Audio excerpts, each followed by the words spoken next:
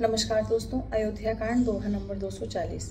कवन सो काज कठिन जग माही, जो नहीं होई तात तुम पाई।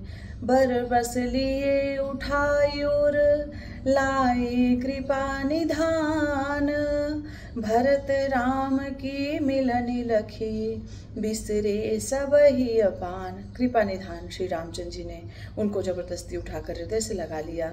भरत जी और श्री राम जी के मिलने की रीति को देखकर सबको अपनी सुध बुध भूल गई।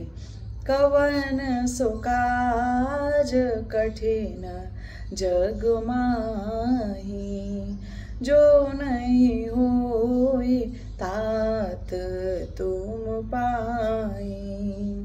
मिलन प्रीति की मी जाई बखानी, कभी कुलयगम करम मन बानी। परम प्रेम पूरन दो भाई, मन बुद्धि चित अहमिति बिसराई। मिलन की प्रीति कैसे बखानी जाए, वह तो कवि कुल के लिए कर्म मन वाणी तीनों से अगम है। दोनों भाई भरत जी और श्री राम जी मन बुद्धि चित्त और अहंकार को भुलाकर परम प्रेम से पूर्ण हो रहे हैं। काहु सुप्रेम प्रगट को करई, केहि छाया कभी मति अनुसरई। कभी ही अर्थ आखर बलु साचा, अनुहरिताल गति ही नटु नाचा। कहिए उस श्रेष्ठ प्रेम को कौन प्रकट करे, कवि की बुद्धि किसकी छाया का अनुसरण करे। कवि को तो अक्षर और अर्थ का ही सच्चा बल है, नट ताल की गति के अनुसार ही नाचता है।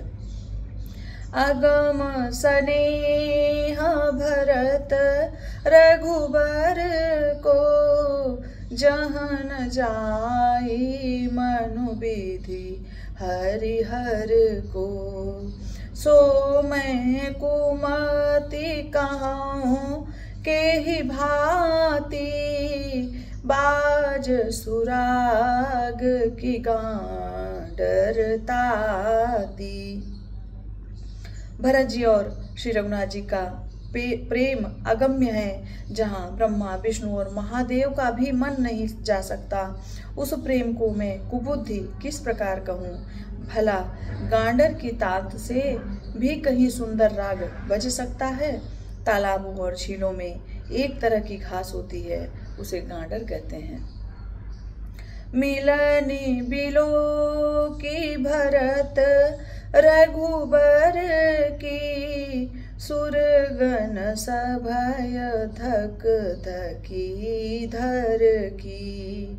समुझाए सुर गुरु जड़ जागे, बरसी प्रसून प्रशंसन लागे।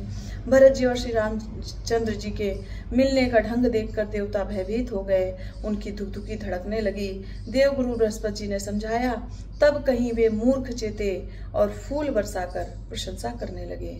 कवन सो काज कठिन जग माही, जो नहीं होई तात तुम पाई। यहाँ पर दोहा नंबर 240 अपनी चौपाइयों के साथ संपन्न होता है और अगले दोहा नंबर 241 में मैं आपके सामने फिर से प्रस्तुत होंगी। तब तक के लिए आप सभी को जय श्री सीताराम, जय हनुमान।